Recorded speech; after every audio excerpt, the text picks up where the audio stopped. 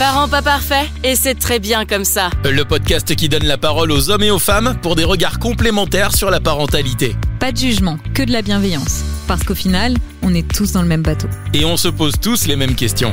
Parents pas parfaits, le podcast. L'allaitement doit être soutenu, choisi, mais il n'est pas toujours évident à mettre en place. On connaît bien aujourd'hui les bienfaits de l'allaitement pour la santé physique et psychique de la mère et de l'enfant. Des articles scientifiques pointent une diminution du taux d'allaitement exclusif en France de 2010 à 2016 et pointent que le manque d'information est un frein flagrant. Les problématiques peuvent être multiples et les premières semaines sont parfois les plus compliquées. Alors on va échanger aujourd'hui et essayer de comprendre ce qui peut aider, favoriser l'allaitement de la maternité au retour à domicile. On va s'intéresser aussi au rôle du coparent et en quoi sa place peut être primordiale. On en parle tout de suite avec nos invités, un nouveau podcast de Parents pas parfaits. C'est parti! Bonjour Estelle. Bonjour Elodie. Est-ce que tu peux te présenter? J'ai 38 ans et je suis la maman de 3 enfants. Bastien qui a 13 ans, Léonie aura bientôt 11 et Marion 7. Ok, on est ravis de t'avoir avec nous aujourd'hui pour parler de l'allaitement et de la place du coparent. Et bonjour Fred, est-ce que tu peux te présenter? J'ai 33 ans, je suis le papa de 2 petites filles.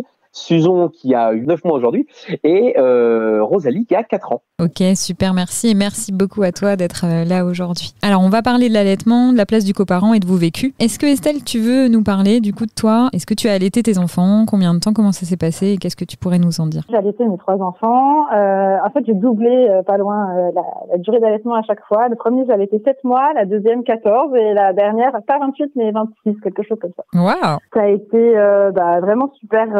des super moments. Le premier, je l'ai été 4 mois exclusivement et après, avec la reprise du travail, la nuit, tout ça, je fournissais pas forcément assez pour la nounou. Donc, ça a été du mix avec un biberon de préparation pour nourrisson par jour, jusqu'à la fin, vers 7 mois. Et puis, je me suis rendu compte, en fait, après, en me renseignant un peu plus, en ayant plus d'informations de ce que j'avais fait, entre guillemets, de moins bien pour poursuivre, en fait, et qui avait fait que j'étais arrivée à plus avoir assez de lait à 7 mois, et j'ai compris, en fait, pourquoi j'avais plus assez de lait. Du coup, la deuxième, même si j'ai repris à travailler, pareil, aux 3 mois, même si j'ai repris à faire des nuits, j'ai réussi, du coup, elle allaitait plus longtemps comme je voulais. Alors, c'était compliqué parce que je voulais pas du biberon, et puis, elle a quand même 11 ans, donc toutes les méthodes alternatives, c'était quand même pas si simple à faire passer. Ouais, c'était différent. La SNAT, comme mon mari, il était pas forcément hyper chaud. Donc voilà, ça a été un peu compliqué. Et puis, à 13 mois, quelque chose comme ça, elle a commencé à faire une petite grève, je pense. Et puis moi, à ce moment-là, ça m'allait bien. Je pense qu'on a profité de ça pour faire un sevrage en douceur. Et la dernière, j'étais en congé parental. Du coup, on en a profité à fond, toutes les deux. Et puis, vers 18 mois, je commençais à être un peu fatiguée, donc on a fait un peu un sevrage nocturne sur, on va dire, 6 heures de nuit où c'est mon mari qui se levait pour que je dorme un petit peu. Et puis, en fait, moi, ça a commencé à baisser gentiment à partir de ce moment-là. Et puis autour, un peu après ces 2 ans, autour de Noël, dès d'octobre, autour de Noël, on a dû faire notre dernière tétée. Et puis, c'était chouette, voilà. Ok, super. On reparlera après du rôle de ton conjoint dans ces allaitements, mais du coup, c'est vrai que les infos et l'accompagnement, ça t'a permis de progresser, entre guillemets, dans tes allaitements au fur et à mesure, d'avoir de plus en plus d'informations. Ok, merci beaucoup Estelle. Et toi, Fred, alors du coup, est-ce que ta femme a allaité? Comment ça s'est passé? Comment t'as vécu les choses? Julie a allaité notre première fille jusqu'à l'automne cette année, donc automne 2022, donc presque 4 ans et 2 mois, qui est déjà un allaitement, qui est un allaitement long. Alors à la fin, on va dire sur la dernière année avec Rosalie, c'était des tétés de plaisir de temps en temps le soir, mais vraiment très très limité. C'était vraiment l'occasionnel. Entre-temps, Susan est arrivée au mois de mars 2022, donc elle a commencé un nouvel allaitement exclusif avec notre deuxième fille. Moi, j'ai toujours été très présent dans ces deux allaitements. Le premier spécifiquement parce que Julie a contracté une dépression postpartum combinée avec un burn-out à la reprise du travail après son congé, qui a été un vrai combat ensemble pour garder cet allaitement, c'est-à-dire que il y avait des solutions médicamenteuses qui auraient pu l'aider beaucoup plus vite, mais elle a fait le choix de ne pas le faire et de continuer son allaitement. Et je pense que le soutien du conjoint, je l'ai compris, je l'ai assimilé, je l'ai pris en pleine face parce que j'avais déjà conscience du rôle important du conjoint, du second parent, mais là vraiment il a pris une tournure que je ne pensais pas. Encore plus dense, Encore plus dense, et avec avec vraiment, voilà, beaucoup plus loin que l'entend facilement. C'est vrai qu'on entend très régulièrement les rôles du conjoint, les petits tips, les petits conseils. Faut se lever la nuit pour changer le bébé. Ouais, là, on va plus loin, tu vois. Là, on va plus loin que le simple petit verre d'eau. Là, on est vraiment dans le second conjoint. Il allait pas. Il n'a pas le premier rôle, mais il a le second rôle aussi, tu vois. Alors, qu'est-ce que tu pourrais nous détailler justement comme exemple de ce second rôle hyper important? Alors, bien sûr, il y a les classiques. Je suis présent, j'aide à l'installation, je donne le petit verre d'eau, je peux nettoyer le tire-lait, je peux, si la maman n'est pas là, donner le lait d'une autre manière, je peux m'occuper, voilà, de plein de choses. Mais pour aller beaucoup plus loin et dans vraiment le concept de la charge mentale, vraiment le second conjoint. Fred, t'es au taquet là. T'es au taquet. Romain, prends-en de la graine, s'il te plaît. J'écoute tout, je prends des notes, pas de souci. Je prends des notes, Romain. Je suis pas là pour foutre la merde. C'est vrai que il y a eu une prise de conscience et c'est vrai que il n'y a pas que ce simple petit verre d'eau, ce simple petit coussin qui peut aider. Il y a vraiment toute la logistique à la maison, c'est-à-dire que faut préparer les repas, il faut s'occuper aussi du linge et il faut aussi prendre les rendez-vous médicaux et prendre les rendez-vous à la PMI. Il faut connaître le nom de son pédiatre. Ouh là là, qu'est-ce que je viens de dire? C'est des choses qu'on ne pense pas et que même dans un couple, c'est vrai effectivement, alors ça c'est très sociétal et culturel, il faut prendre conscience, même avant d'avoir des enfants, que la charge mentale va être très importante avec l'arrivée d'un enfant, encore plus avec l'arrivée d'un deuxième. Je n'ai pas encore l'occasion de voir ce que ça donne avec un troisième, mais Estelle pourra le confirmer. Et j'imagine que c'est encore plus fort et que ça demande une organisation, pas militaire, mais en tout cas qui nécessite vraiment une que équipe, les deux un travail conjoints travaillent en équipe. Voilà.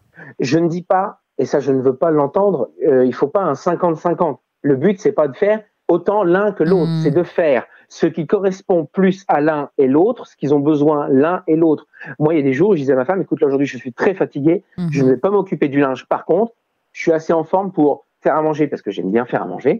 Je suis en forme pour être assis pour prendre des rendez-vous, ça demande pas non plus une grande activité physique, tu vois. Et toutes ces petites choses là, c'est vrai que cumuler ça allège la charge mentale. Ah mais c'est même plus allégé. Allaiter c'est un job, c'est un mi-temps. Allaiter c'est un mi-temps. Donc ça veut dire que quand votre épouse va reprendre le travail et qu'elle fait le choix d'allaiter, on est sur un mi-temps et au bout d'un an, on est presque sur un temps, quasiment à 100%. On accumule 2 jobs. C'est son burn-out, c'est sa dépression qui te font parler comme ça ou t'en avais déjà ouais. On sent une conviction du vécu vraiment. Oui. J'ai l'impression qu'il a écrit une thèse même. Non, j'ai pas écrit une thèse. Non. Je t'avoue, j'ai pas écrit une thèse, mais j'ai eu tellement de mamans qui sont venues me parler en me disant que leur conjoint ne les aidait pas du tout. C'est déjà la période du postpartum est déjà une période très particulière en soi. De grande vulnérabilité. Et c'est vrai que on est une petite feuille de papier et les autres sont une allumette. Donc c'est vrai qu'il faut vraiment faire attention à tout ce qui se passe autour d'eux. Et c'est vrai que le conjoint, moi j'ai été une bulle, j'étais un peu une bulle de protection, même pour cette deuxième grossesse, j'ai été la bulle de protection. C'est tu veux venir aujourd'hui machin? Ouais, attends, t'es gentil. Aujourd'hui elles se sont pas trop en forme. Ouais, t'es déçu, c'est pas grave. T'es déçu. Non mais tu vois le truc. Fred, on reçoit énormément de messages de femmes qui voudraient savoir quand est-ce que tu vas quitter la tienne. C'est impressionnant là, on en reçoit des. Alors non, je ne suis pas parfait. Non, je suis pas parfait, loin de là. Mais j'ai conscience de mes vulnérabilités et je suis capable aussi de me dire que j'ai encore beaucoup de travail à faire. Si ce que je peux dire, le peu que je peux dire à certains hommes de se dire. Ouais, c'est vrai, il a pas tort. Je pense que ça fera beaucoup de bien à plein de femmes d'entendre tout ça. C'est sûr. Romain, tu encore un message. Oh là là, est-il célibataire? Non, il n'est pas célibataire. Arrêtez, les filles. On va basculer sur Estelle parce que là, avec Fred, on avait quelqu'un de très engagé et qui a vraiment soutenu ça. Oula. Attends, Estelle, je vais pas poser la question. Avec Fred, ça avait l'air d'être vraiment un homme super, vraiment pour le coup. Estelle, toi, de ton côté, est-ce que ton conjoint t'a soutenu autant lorsque tu as allaité? Est-ce qu'il était aussi présent, prévenant? Est-ce qu'il a soulagé ta charge mentale autant que Fred l'a fait? Non. Allez, c'est parti. Romain, il fait partie de 99% des autres mecs. Allez, tu peux le défoncer. Très haut, là. Ouais, il met la barre très haut, Fred. Je suis d'accord. Je dis pas qu'il était horrible, mais là, il met la barre très haut quand même. Non, après. Tu peux balancer, de toute façon, il n'entendra pas ce podcast, ton mari. Bah si, parce que Vincent, il risque de l'entendre, Romain. On aurait dû changer ton prénom au final, je me rends compte. Bon, tant pis. Ouais, c'est ça. Non, mais en fait, il a toujours eu, je pense, l'impression que je pouvais tout porter et que j'étais plus forte que lui ou quelque chose de ce genre-là, en fait. Il est aussi, lui, vraiment tombé dans le piège, il l'analyse comme ça, maintenant que nos enfants sont grands, et qu'il s'ouvre un petit peu, voilà, le congé maternité a eu ses travers, parce que lui a pas forcément pris son congé paternité, ou alors vraiment sur la toute fin, donc il a à peine pris les 3 jours à la naissance, il est retourné bosser. Alors justement, attends Estelle, pourquoi il a pas pris son congé paternité? C'était un choix, c'était peut-être un moment donné dans la vie. Pour le boulot, en fait. Pour lui, la priorité à ce moment-là, c'était de s'installer bien dans le boulot. Il avait cette préoccupation plutôt, on va dire, financière, et puis on était en travaux dans la maison. Et du coup, je pense que voilà, c'était pas une priorité. Il a pas vu en fait la nécessité de faire autrement. Et Estelle, c'était il y a quand même 10 ans en plus. C'était 13 sur le premier. Ouais, 13, donc c'était pas les mêmes mentalités aussi. Sur le premier, ouais, voilà, c'est ça. Et du coup, je me suis retrouvée vite seule et à gérer et à savoir gérer mieux que lui déjà d'une manière générale. On a nos tempéraments, nos facilités, etc. Et du coup, c'est effectivement, tu parlais de connaître le nom du pédiatre, de ci, de ça. Enfin, je pense que des choses, il a fallu que je le traîne par la peau des fesses pour l'emmener un coup à un rendez-vous pédiatre avec les 3 pour lui dire, regarde ce que c'est comme c'est sport, un rendez-vous pédiatre, 3 examens, des 3 enfants, toute seule. Et en plus, voilà, on habite à la campagne, il y a de la route. Effectivement, oui, je pense qu'il y a des choses comme ça qui se sont ancrées pendant le congé maternité et à la reprise du boulot. Et en fait, c'est là, quoi. Le mal est fait et on a nos habitudes. Il avait un boulot assez prenant. Voilà, moi, j'avais des horaires décalés, donc c'était pas forcément facile. Mais une fois que j'étais à la maison, Enfin, voilà, j'avais pas de charge mentale professionnelle à la maison. Par contre, il s'est vite retrouvé tout seul avec les enfants, enfin 1 ou 2 enfants, puisque justement j'avais des horaires décalés. Donc le matin tôt, le soir tard, le week-end toute la journée, voire même des fois le week-end en journée pendant que moi je dormais dans la maison. Il a quand même géré les enfants. Donc par contre, effectivement, clairement, j'arrivais, c'était déroute, quoi. C'est-à-dire qu'il a géré les enfants. Il a géré les enfants. Les enfants étaient vivants, nourris. Écoute, c'est le principal. Bon, voilà. Les enfants étaient vivants. Tu veux dire que la maison était en bordel quand tu rentrais, c'est ça? Oui, non, puis rien n'avait avancé à côté. Effectivement, tu parlais du linge ce matin. Il faut en fait pendant ton fameux congé mat, en fait, t'allaites, tu t'occupes des 2 grands, tu fais les trajets à l'école, tu fais la manger pour tout le monde, tu fais les courses, tu fais le linge, tu fais tout. Et comme dit Fred, c'est un job à plein temps d'allaiter. Et voilà, et que quand lui s'occupait des enfants, il s'occupait juste des enfants, il faisait pas tout le reste, quoi. Voire même, fallait que je prépare à manger à l'avance et tout ça, mais c'est sûr que je me suis retrouvée beaucoup plus toute seule. Et en même temps, c'est l'allaitement qui m'a sauvée. Parce qu'en fait, je vois pas comment j'aurais pu faire autrement, logistiquement parlant. Parce qu'en fait, là, je partais à l'école, j'avais mon enfant dans l'écharpe, j'allais chercher l'aîné, elle avait faim, elle tétait, c'était la fête. Enfin voilà, c'était pratique, quoi. Le côté très pratique et non prise de tête de l'allaitement a été quand même hyper salvateur, quoi. Et est-ce qu'à un moment donné, vous vous êtes pas retrouvés tous les deux pour se dire peut-être il faudrait qu'on ait une aide extérieure pour qu'on puisse souffler, pour que toi du coup tu aies moins de charge mentale, enfin une charge mentale un peu amoindrie, et que lui peut-être du coup se rende compte que à un moment donné il y avait pas besoin de cette aide extérieure et qu'il aurait pu justement lui assurer ça. Alors on a pris avec les aides de la CAF, etc. On a eu une aide ménagère pendant un temps, donc voilà, 2 heures par semaine, c'était quand même déjà pas mal, parce que quand on n'a pas à faire le sol alors qu'on a un bébé qui a un reflux qui passe 20 heures par jour dans l'écharpe, c'est pas mal. Mais en fait, après dans le tourbillon de la naissance et tout ça, peut-être aussi vous avez pas eu le temps d'en parler ou.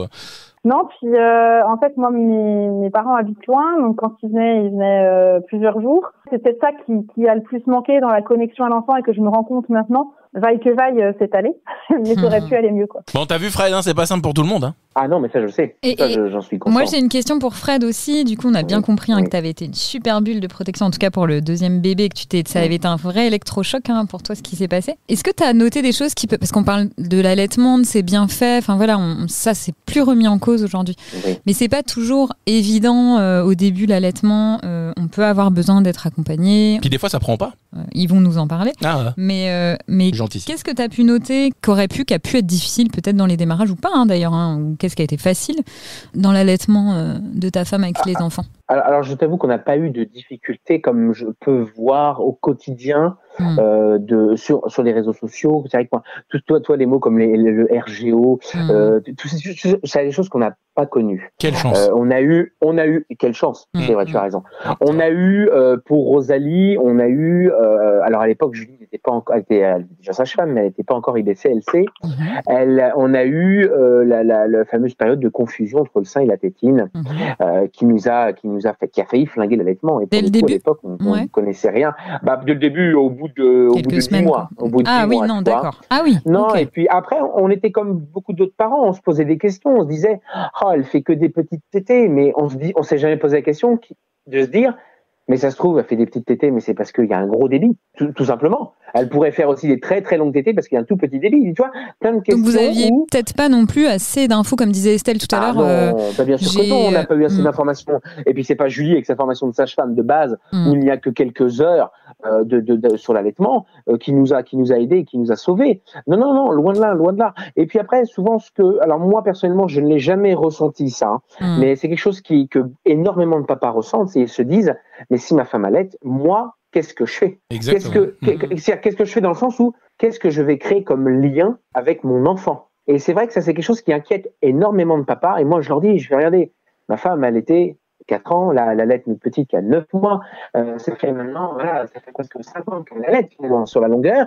Et moi, à aucun moment, je ne me suis senti inutile ou pas intégré dans la vie de mes enfants, mais bien au contraire. C'est-à-dire que c'est là où le conjoint, le second parent, parce qu'on parle du père, mais on peut aussi avoir une deuxième maman, ou même quelqu'un d'extérieur de la famille qui vient aider plus que d'autres, de se dire, oui, on peut créer du lien même s'il y a un allaitement, parce qu'il y a des moments où l'enfant n'est pas que collé au sein.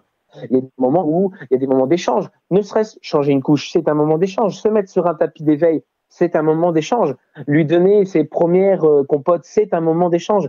Et le fait aussi que l'enfant voit qu'il y a une différence entre ma maman m'allaite et mon papa est là aussi pour d'autres situations, et lui aussi peut m'apporter autant de confort, pas plus, c'est pas possible que l'allaitement, mais il peut m'apporter autant de sécurité que ma maman, mais différemment. C'est pour ça que finalement, si je prends l'exemple des enfants qui ont un biberon, c'est pas parce que papa ne fait pas la même chose que maman de la même manière. Par exemple, je sais pas, maman donne le biberon dans un fauteuil et papa lui le donne debout, que l'enfant est perdu. Au contraire, ça y est, la différence se crée. Il y a mon papa, il y a ma maman, mais au final, les deux m'apportent exactement la même chose, le confort, la sécurité dont j'ai besoin. Et ce que tu veux souligner, c'est que voilà, allaiter quand ça se passe bien, c'est génial, c'est quand même ce qu'il y a de mieux, mais que voilà, l'important, c'est surtout que l'enfant se sente en sécurité, coucouné, lové.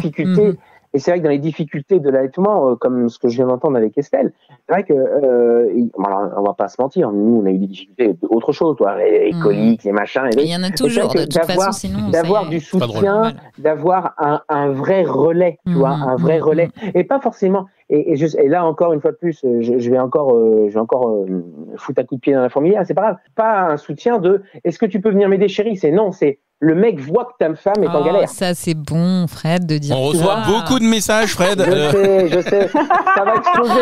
Le standard va péter. Le standard va péter. Mais c'est ça la réalité. De radio, je dis pas, attention. Je dis pas que j'ai toujours été au taquet, j'ai toujours tout vu. En fait, Fred, mine de rien, c'est tes erreurs.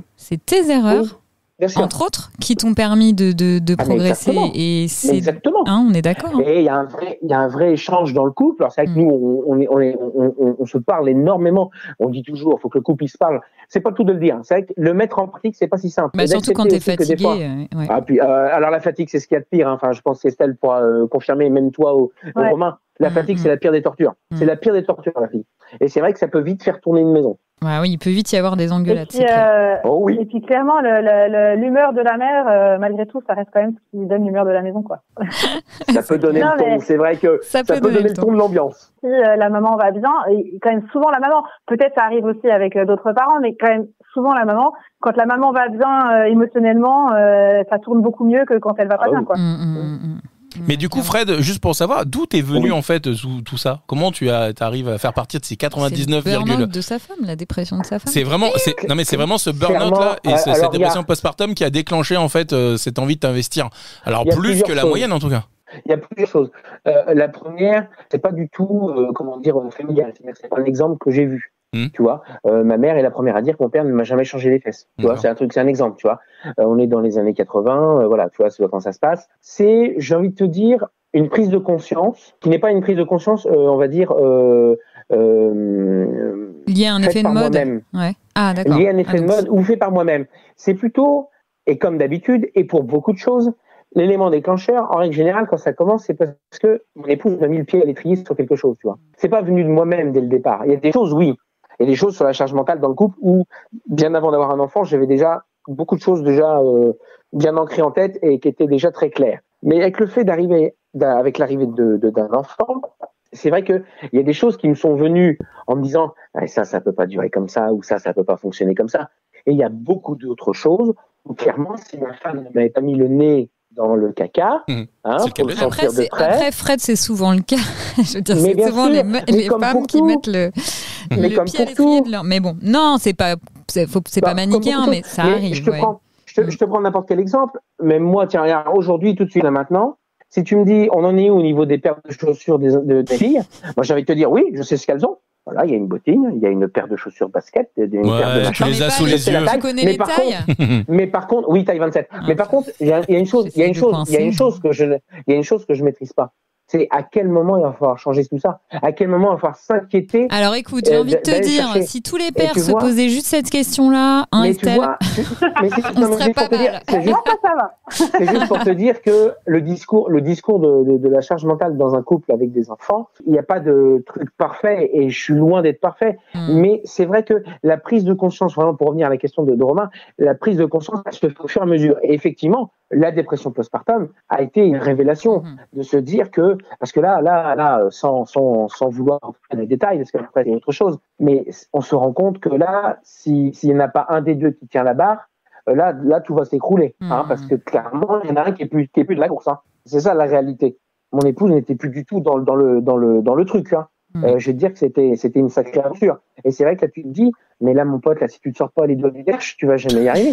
La maison va jamais tomber. Ton enfant va pas manger. Ton enfant va pas arriver à la crèche à l'heure. Et si tu prends pas les rendez-vous pour la famille, pour toi, pour elle, mais qui c'est qui va le faire? Donc, tu as été au pied du mur, obligé de réagir. On est d'accord là-dessus, tu as été au pied du mur un peu. C'est ça, en fait, ça a augmenté, ouais. Estelle le disait très bien, heureusement qu'elle allaitait. Imagine 30 secondes si la plupart des couples, il y a le biberon, et t'as pensé à prendre le biberon, et t'as pensé à prendre la poudre, et t'as pensé à prendre le truc. Ça peut complexifier les choses, on va pas se mentir. Ça ah oui, non, c'est... Voilà, toi, on va pas se mentir, ça serait encore pire, en fait. Et Estelle, du coup, est-ce que toi, il y a eu des choses qui ont été difficiles pour toi dans tes allaitements?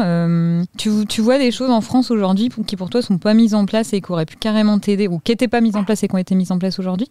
Est-ce que tu peux nous expliquer un peu tout ça? Parce que tu as eu 3 allaitements quand même. Donc, carrément, le congé accueil de l'enfant là, pour le père ou le coparent, clairement, c'est juste vital. Pas dans le terme de congé, mais simplement en fait de la présence. Et effectivement, pas prendre cette habitude en fait dès la naissance que la mère elle est toute seule à s'occuper de son enfant et elle fait tout. Et comme ça après quand elle retourne au boulot, elle continue de tout faire quoi. Donc là au moins on est 2 à accueillir l'enfant, on est 2 à faire les choses en même temps, à se rendre compte de ce que c'est. On est 2 à s'occuper de l'enfant et de la maison et éventuellement des aînés, etc. Enfin c'est quand même pas du tout la même charge et pas que mentale, enfin pas que la charge à y penser, mais même effective en fait.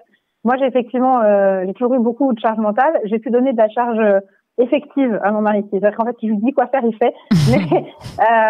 Mais voilà, c'était effectivement, ça aurait bien aidé. Et puis toute la formation aux professionnels de l'enfance, parce que voilà, je parlais des contenants alternatifs. Moi, effectivement, ma deuxième qui a refusé le biberon et qui a fait une confusion à 13 mois, qui a mené sur une grève, et qui a mené à la fin de notre allaitement parce que à ce moment-là, j'étais trop dans autre chose pour me battre. Et effectivement, là aussi, c'est pareil. Si mon mari avait soutenu la poursuite de mon allaitement à ce moment-là, je pense qu'on ne serait pas passé outre cette grève et j'aurais peut-être allaité 2-3 ans aussi. Mais là, à ce moment-là, en fait, ça faisait tellement longtemps que j'entendais et quand est-ce que tu vas arrêter d'allaiter que si ça a permis en fait d'arrêter un allaitement plus ou moins de son fait à elle, même si je sais très bien qu'à 1 an, c'était pas un sevrage. Ça s'est fait quand même en douceur, donc j'ai un peu sauté sur l'occasion à contre-cœur. Un soutien, un vrai soutien sur un allaitement et non pas long mais normal, non écourté, aurait permis que je puisse allaiter plus longtemps, au moins celle-ci. Donc, parce que sociétalement parlant, sociétalement parlant, en fait, 13 mois en France, c'est très très long. C'est ça que tu sous-entends. Oui, c'est ça, et que du coup tout le monde me disait c'est bon, elle veut arrêter, et moi je savais très bien qu'il y avait autre chose derrière, et c'est juste que je me suis pas battue pour continuer. J'ai arrêté un peu et puis voilà, après c'est pas... Tu t'es rattrapée avec ton 3e enfant. Ouais, c'est pareil. La troisième, j'aurais bien allaité plus longtemps. Je pensais vraiment l'allaiter plus longtemps. J'ai repris à travailler au moment où je l'ai sevré, et je travaillais uniquement de nuit à ce moment-là, et c'était compliqué.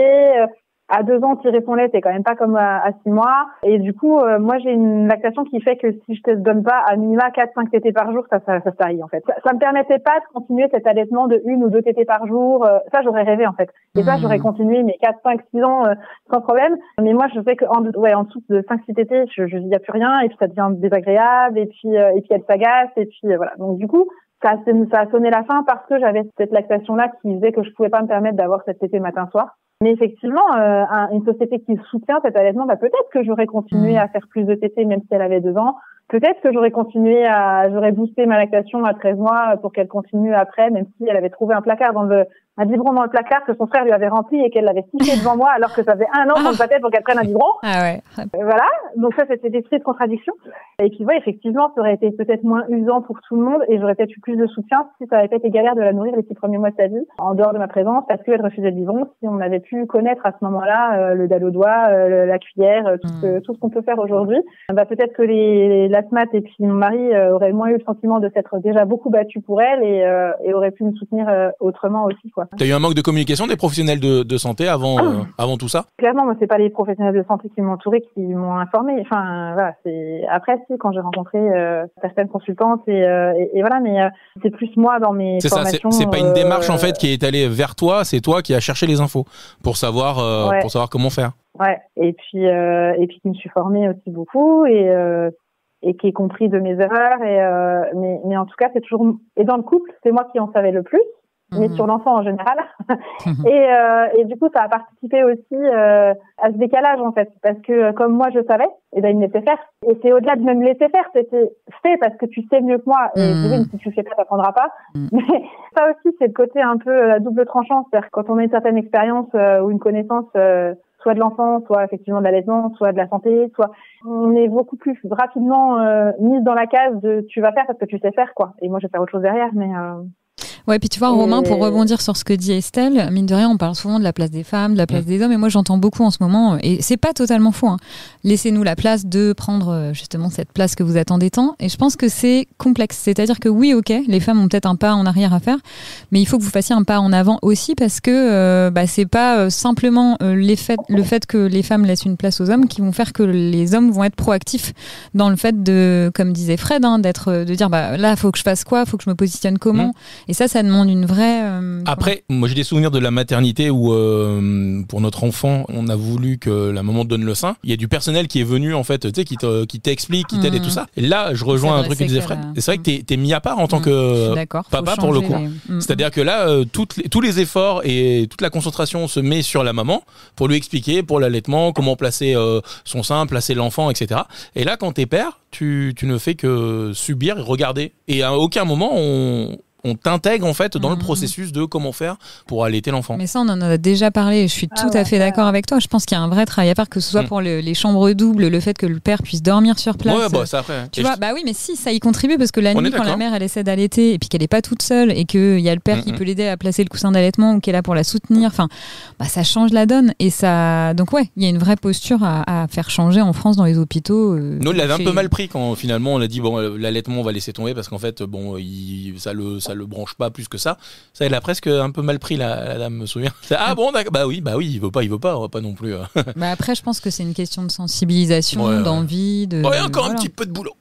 Tant mieux, non, mais au contraire, il y a de la marge de manœuvre. Il y a de la marge de manœuvre. Si vous aviez un conseil, un truc à donner, alors Fred, on a entendu que t'es plutôt au taquet des conseils et de la posture, mais si tu devais dire un truc aux futurs papas, là, aux papas qui n'ont pas encore de bébé, qui ont des femmes enceintes, appelez-moi, j'ai plein d'astuces. Qu'est-ce que tu leur dirais de manière, mais parce que tu vois là, j'imagine un mec lambda, il va peut-être avoir des gros complexes. Il va dire là, mon Dieu, je suis pas à la hauteur. Donc, me regarde pas comme ça. Je te vise pas du tout, Romain. Mais qu'est-ce que tu pourrais leur dire? Qu'est-ce que tu leur dirais pour aider leurs femmes et puis que ça se passe le mieux possible pour eux, parce qu'il faut pas oublier que plus c'est partagé, mieux ça se passe pour tout le monde, quoi. T'énerve pas. Je m'énerve pas, mais c'est au bénéfice de tout le monde. Ne l'oublions pas. Je pense que la clé, une des clés en tout cas, c'est de s'informer le maximum. Comme le disait Estelle il y a quelques instants, si on est informé, on se sent quand même mieux dans sa peau, mieux dans ses choix, mieux dans ses décisions qu'on va prendre. Parce qu'effectivement, tu prends l'exemple de quelqu'un qui n'est pas très bien informé, quand il va se retrouver à la maternité et que la maman a envie d'allaiter mais que ça fonctionne pas trop, et puis que cette nuit-là, je ne sais pas pourquoi, il y a une auxiliaire qui a pas envie de s'emmerder avec ça et qui dit écoutez, prenez un biberon, on n'en parle plus, et que vu que la mère est fatiguée et que le père il y connaît strictement rien, il s'est pas informé, non mais là tout se casse la gueule, ça se casse la gueule en quelques minutes, en quelques heures. Non, rigole, mais c'est vrai. Alors que c'est la réalité. si la personne est informée avant, et en plus je pense qu'aujourd'hui, maintenant à l'époque où nous sommes, il y a quand même, voilà, vous avez envie de lire, vous avez des bouquins, vous n'aimez pas lire, vous avez des podcasts, vous aimez les Parents pas parfaits, un excellent podcast d'ailleurs. Voilà, non, mais tu vois, t'aimes pas les livres barbants, bah tu regardes des gens qui font de la vulgarisation. T'as une solution à tout pour t'informer. Les pères, allez vous informer. N'attendez pas que votre femme vous dise non, t'as vu ça, c'est vachement intéressant. Non. Vous allez à la Fnac, vous allez à Cultura, vous allez où vous voulez, vous allez au rayon naissance, vous allez voir, vous en avez pour tous les goûts. Informez-vous. Allez chez Cultura. Messieurs, informez-vous. Soyez dans le mouvement, soyez dans la réactivité. Proactif, tu veux dire. Ouais, proactivité. Ce mot, qu'est-ce que je l'entends ? J'adore ce mot. Faut être proactif. Ça veut dire que tu t'es dans le favor empowerment. On est obligé de parler anglais ? Ça fait plus stylé. Ça fait plus classe. Ça n'existe pas ce mot-là, favor empowerment. Je sais pas. Prends le lead. Prends le lead. Papa. Estelle, qu'est-ce que tu voudrais nous dire si tu avais un conseil à donner aux femmes et aux hommes, d'ailleurs, parce que ça s'adresse pas qu'aux pères. Appelez Fred. Clairement, s'informer, c'est juste effectivement la base. Et du coup, pour ça, s'entourer aussi de personnes. On dit qu'on a une expérience positive de l'allaitement. C'est-à-dire qu'en fait, oui, il y a des allaitements, des fois, c'est un petit peu compliqué. Mais en fait, plus on s'entoure de personnes pour qui ça a marché et qui ont une bonne expérience, plus on arrive positivement et plus on a de chance que ça se passe bien. Et si ça se passe pas bien, on saura vers qui se tourner.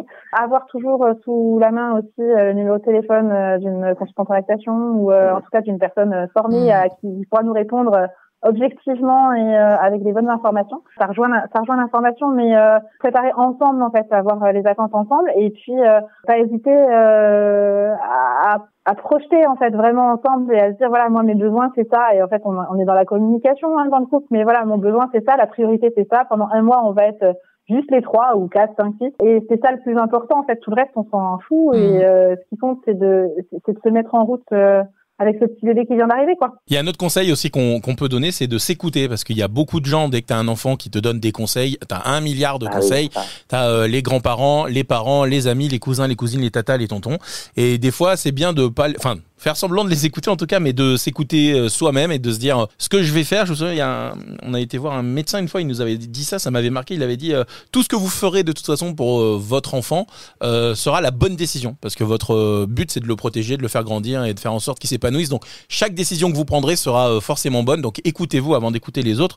C'est peut-être un truc à retenir de tout ça, parce qu'à un moment donné on est les mieux placés pour savoir quoi faire. Oui, bien sûr, évidemment qu'il faut s'écouter, c'est évident. Après, je pense que comme Estelle dit, il faut s'entourer de gens qui ont des retours positifs, des vécus positifs, que ce soit avec l'allaitement, puis qui sont bienveillants et où on se sent bien avec eux. Parce qu'il y a des gens où on sent que c'est pas du conseil pour donner du conseil. Et puis après, mais voilà, c'est une période de vulnérabilité, on n'est pas toujours en mesure de trier. Donc c'est pour ça que la bulle de protection qu'est le papa, parce que mine de rien, il y a une posture différente et un vécu différent, la bulle de protection, elle est indispensable pour protéger les mères et les enfants. En tout cas, un grand merci à vous d'avoir été là aujourd'hui pour continuer à parler de sujets qui nous touchent tous en tant que jeunes parents et d'aider et donner des outils à tous ceux qui nous écoutent. Un grand merci Estelle et un grand merci Fred. Merci à vous deux. Merci. Et merci beaucoup. Comme à chaque fois, vous pourrez réécouter ce podcast sur l'allaitement et la place du coparent sur toutes les plateformes de streaming, sur parentspaparfaits.fr bien évidemment.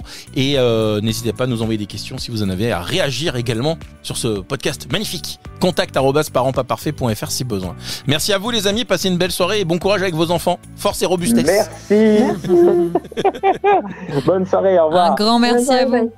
N'hésitez pas à réagir sur les réseaux sociaux et si vous souhaitez participer à ce podcast ou aborder des thématiques en particulier, vous pouvez nous contacter par email à contact@parentspaparfaits.fr. À bientôt dans Parents pas parfaits, le podcast qui donne la parole aux hommes et aux femmes sur la parentalité.